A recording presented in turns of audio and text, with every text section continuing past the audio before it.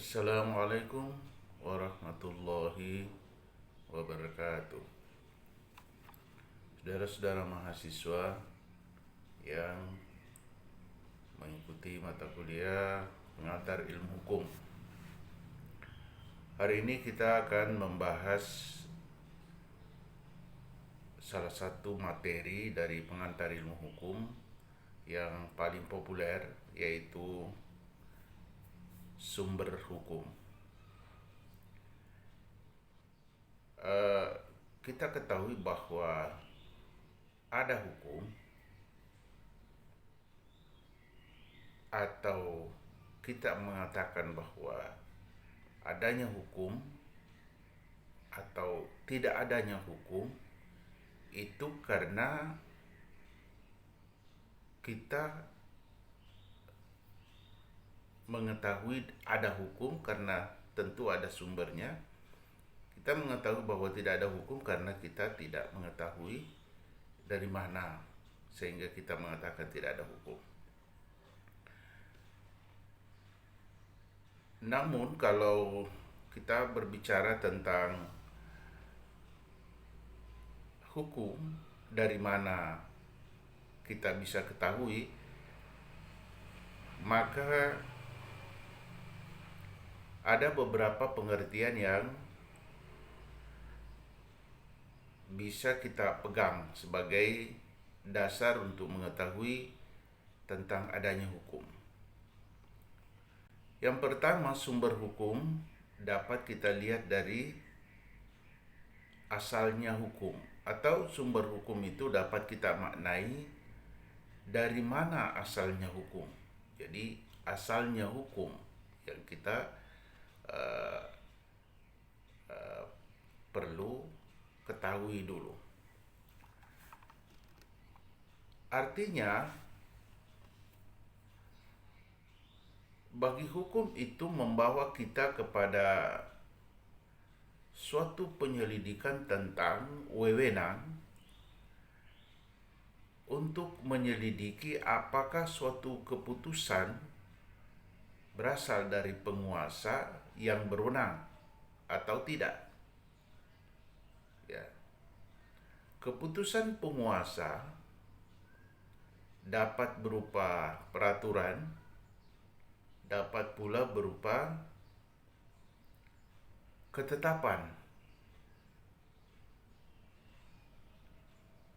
Itu kita lihat bahwa sumber hukum dengan makna mencari asalnya. Sumber hukum dengan makna mencari dari tempat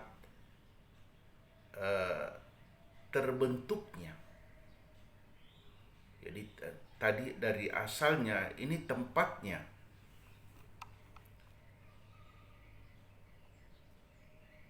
Membawa makna bahwa hukum mengantarkan kita ke dalam penyelidikan tentang macam-macam atau jenis-jenis dan bentuk-bentuk dari peraturan maupun ketetapan tadi. Ya, ketetapan. Jadi keputusan dan ketetapan itu berbeda, ya. Biasanya keputusan disebut regeling, ya.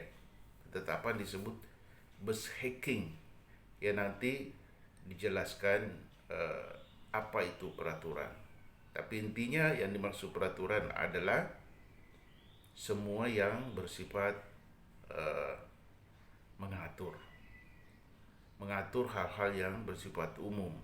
Sedangkan ketetapan yaitu semua keputusan yang berlaku dan bersifat individual, ya, bersifat konkret dan bersifat final. Ya, itu bedanya.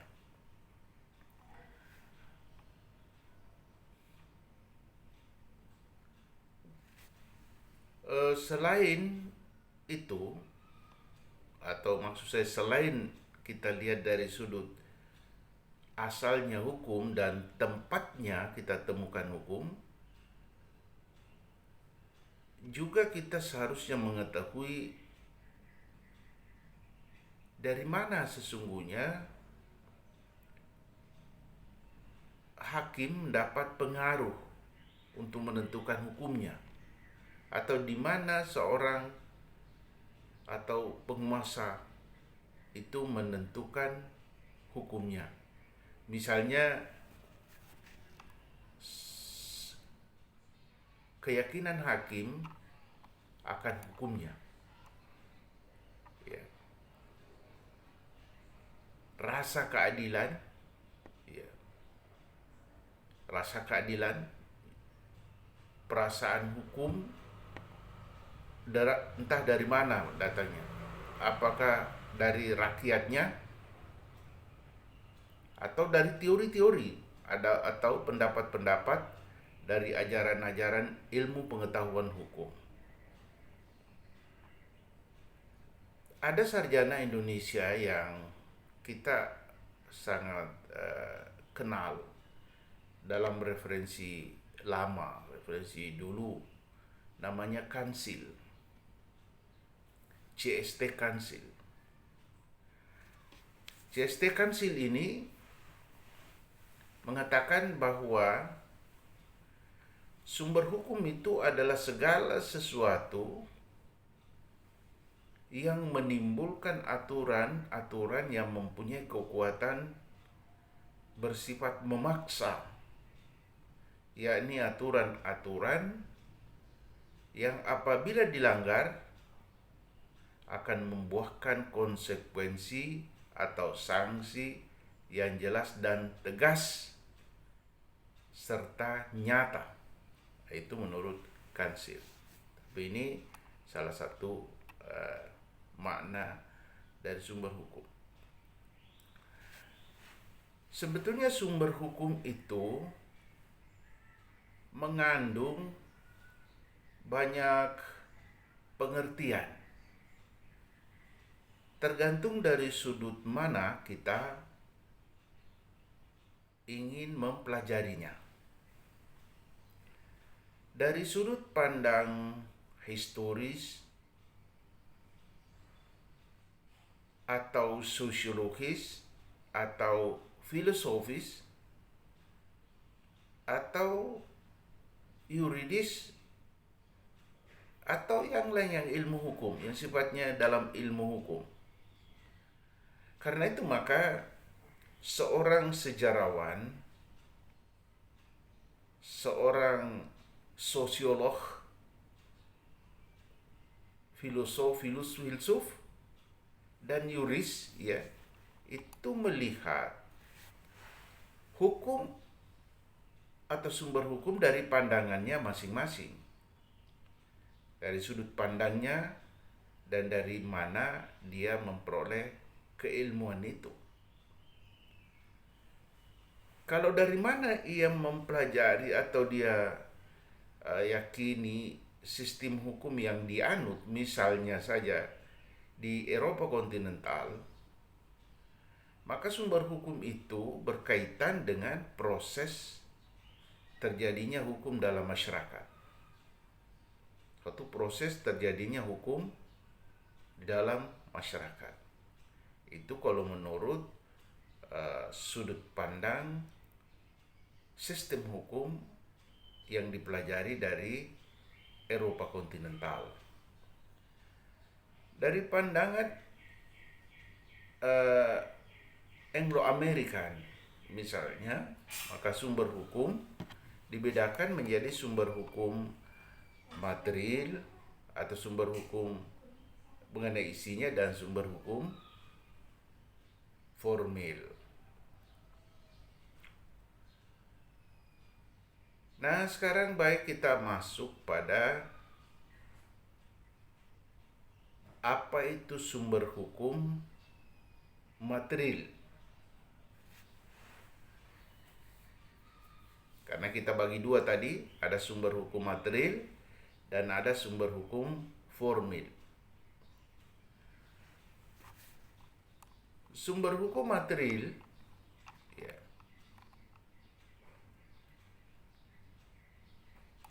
menurut Van Apeldoorn, jadi kita berteori nih, ya, sumber hukum itu dapat diperoleh dalam arti historis, dalam arti sejarah, dan sumber hukum dalam arti sosiologis. Jadi ada dua sumber hukum menurut Van Apeldoorn.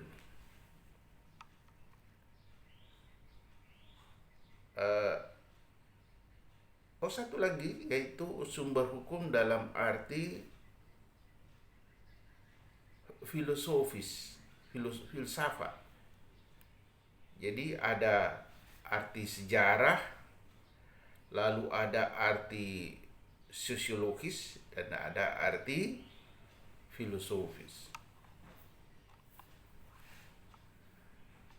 Dalam arti sejarah merujuk pada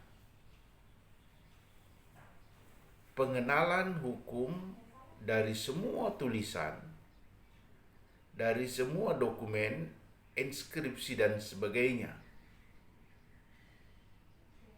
Ya.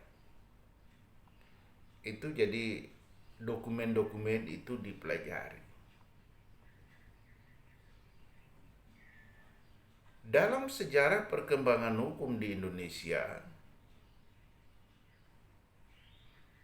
tentu kita lihat dari sebelum penjajahan Belanda, dari situ misalnya. Ada hukum-hukum yang berlaku mulai dari adanya sistem kerajaan yang pernah kita anut, ada kemudian kita berada di bawah kolonialisme Belanda, lalu kemudian kita lahir sebagai negara merdeka.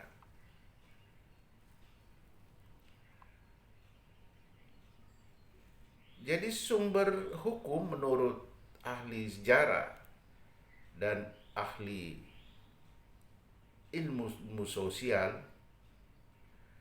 hukum tidak lebih dari sekedar gejala sosial, sehingga pendekatan yang dipakai, yang harus digunakan adalah pendekatan ilmiah.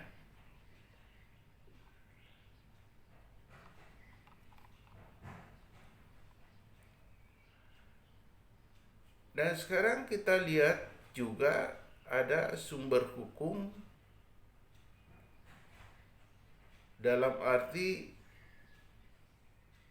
tempat tadi. Tempat atau sumber di mana orang mengetahui hukum. Ada tempat atau sumber di mana orang bisa mengetahui hukum. Ini adalah sumber hukum yang mengarah kepada hukum formil. Sumber-sumber itu berupa undang-undang, ya, lalu akta-akta, lalu ada keputusan-keputusan pengadilan, lalu ada inskripsi dan literatur. Ya, jadi itu semua mengarah kepada tempat dari mana kita dapat mengetahui adanya hukum.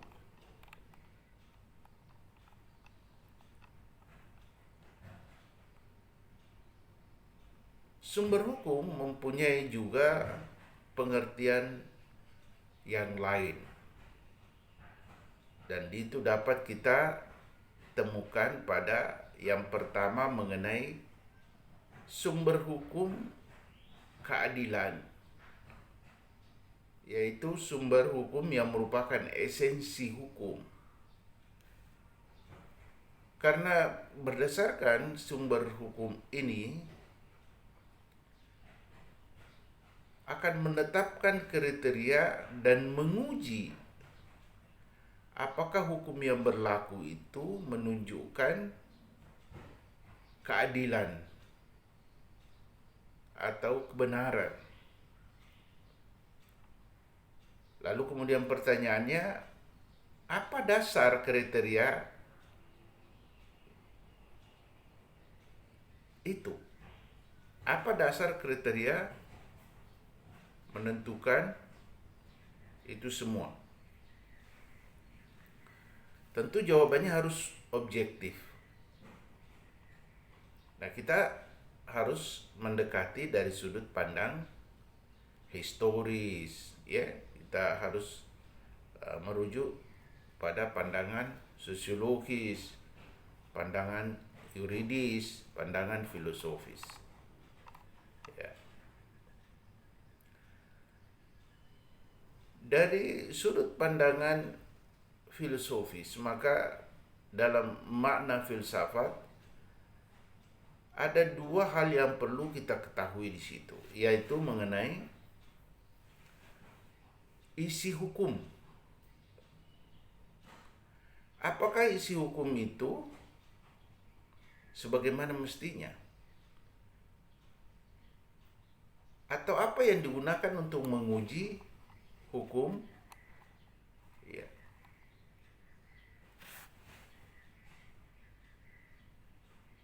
Bahwa hukum itu baik atau buruk.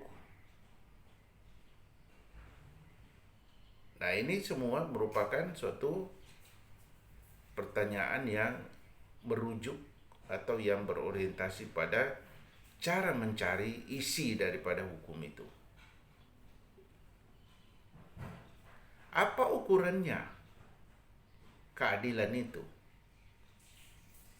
Bagaimana cara mengukur keadilan? Tentu ini berat sekali. Dan untuk itu hampir semua pandangan-pandangan mengenai hukum itu mencoba untuk memberi ukuran tentang keadilan. Dan banyak yang memberikan ukuran. Salah seorang yang memberikan ukuran, misalnya bahwa keadilan itu ukurannya adalah ajaran ilahiyah atau ajaran ketuhanan.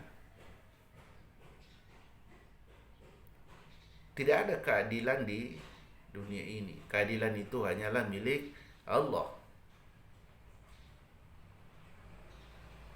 Ada kata adagi mengatakan sumun ius summa iniura.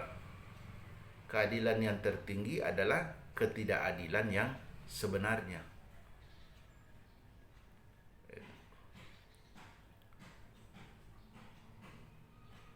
Juga di dalam ajaran-ajaran lain selain ajaran Islam, itu menetapkan keadilan itu milik Allah. Manusia bisa menentukan beberapa kriteria untuk menyatakan bahwa itu suatu keadilan dan suatu kebenaran. Ada 3 hal yang perlu saudara fahami dalam berpikir tentang apakah itu adil atau tidak. Yang pertama adalah logika. Logika sederhana. Apakah masuk di akal? Suatu hukum itu masuk di akal. Saya beri contoh, misalnya keputusan pengadilan. Saudara mahasiswa bisa menguji, masuk di akal tidak ini? Kalau masuk di akal, maka boleh menyebutnya sebagai suatu yang adil, sebagai salah satu ukuran. Yang kedua,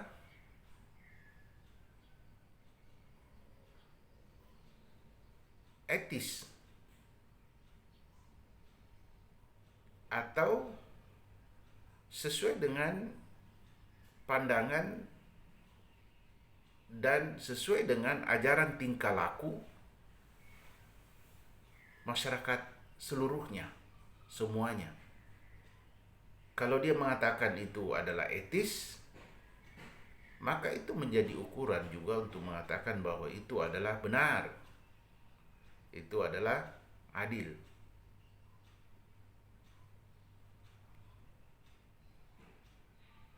Lalu kemudian juga bisa kita menggunakan ukuran estetis. Maknanya estetis itu adalah melegakan hati atau merasakan kebahagiaan atau puas, ya, itu estetis, bisa dimaknai seperti itu.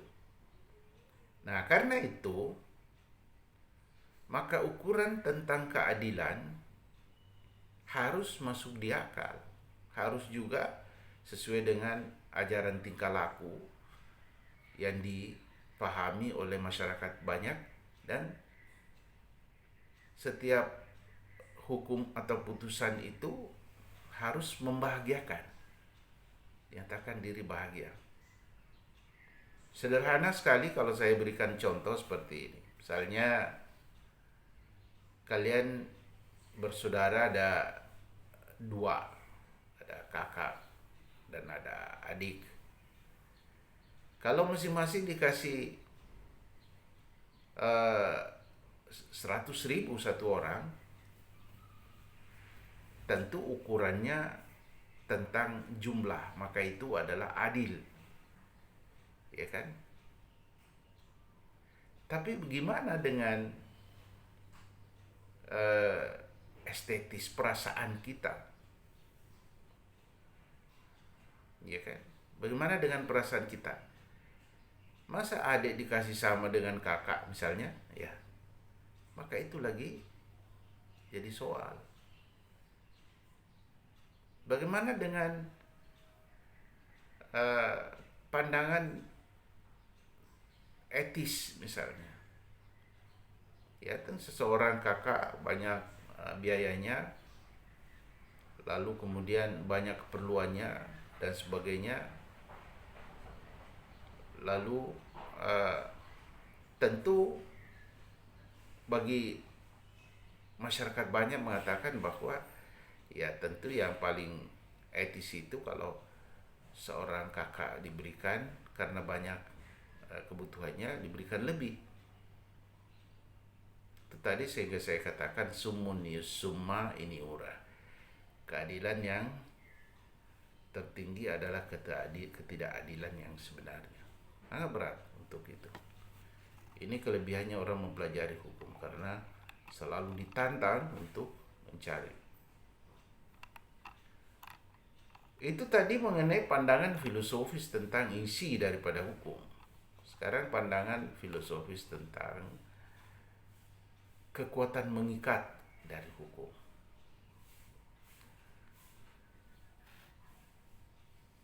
Apa yang membuat orang mengikatkan diri bahwa sesungguhnya itu adalah hukum atau mengikuti hukum itu? Maka ajaran hukum yang disampaikan oleh Hugo de Groot, itu ada namanya de Groot, hukum itu adalah budi, ya, budi, sehingga hukum itu sesungguhnya harus dipahami sebagai suatu yang datangnya dari Yang Maha Kuasa. Itu yang mengikatkan diri manusia untuk mengikuti hukum. Tapi ini adalah salah satu pandangan, itu pandangan dengan teori Tuhanan misalnya. Tapi kalau pandangan lain, mengapa orang mengikuti hukum? Itu karena ingin adanya suatu ketertiban. Ya. Bahkan ada pandangan dari Dennis Lloyd misalnya, bahwa tidak ada kewajiban untuk patuh pada hukum. Benarkah itu tidak ada kewajiban untuk patuh pada hukum? Orang patuh pada hukum menurutnya itu bukan karena hukumnya. Jadi ada faktor yang mengikatkan diri kita terhadap hukum. Orang patuh pada hukum karena orang ingin tertib. Orang patuh pada hukum itu karena orang tidak mau berdosa. Ya kan? Orang tidak mau mencuri karena tidak mau berdosa. Orang tidak mau terus jalan kalau ada lampu merah karena dia mau tertib. Sebab lampu merah tidak bisa berbuat apa-apa. Begitu lampu merah, terobos saja masuk. Karena tidak ada kewajiban untuk patuh. Tapi yang membuat kalian untuk berhenti itu karena ketertiban. Cobalah maju di sana kalau tidak ditabrak dari kiri dan kanan. Jadi itu. Nah, tapi ini adalah suatu pandangan. Kalian boleh berpendapat lain, ya. Bagaimana di Indonesia? Di Indonesia, mari kita lihat, khusus di Indonesia. Di Indonesia kita membagi sumber hukum itu menjadi dua. Sumber hukum material dan sumber hukum formil. Nah, dicatat dengan baik itu ya. Kalian juga sebagai mahasiswa harus pegang ini. Ada sumber hukum material dan ada sumber hukum formil. Sumber hukum material itu adalah sumber hukum yang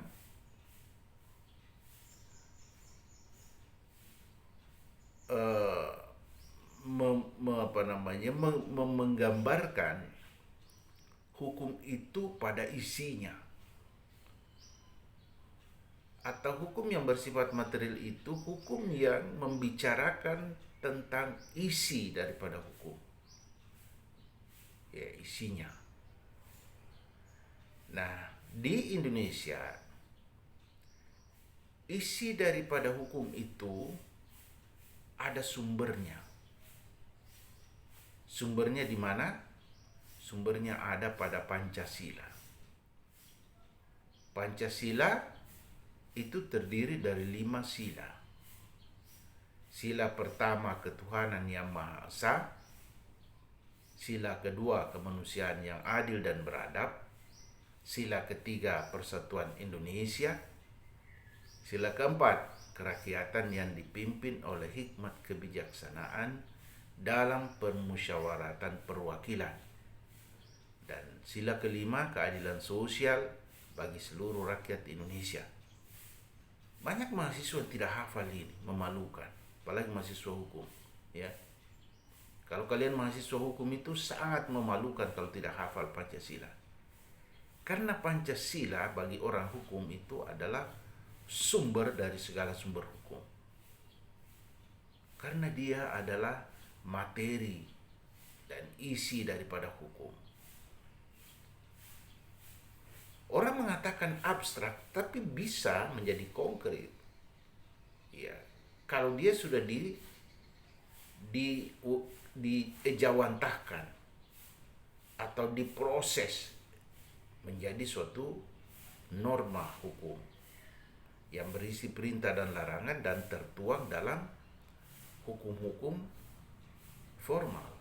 Ya, tapi kita masih sekarang masih mempelajari atau membahas tentang hukum yang sumbernya adalah Pancasila. Bagaimana cara membuktikan bahwa sumber hukum itu berasal dari Pancasila atau tidak? Yang pertama adalah sumber hukum yang memuat isi tentang moral ketuhanan. Suatu hukum isinya tidak boleh bertentangan dengan ketuhanan.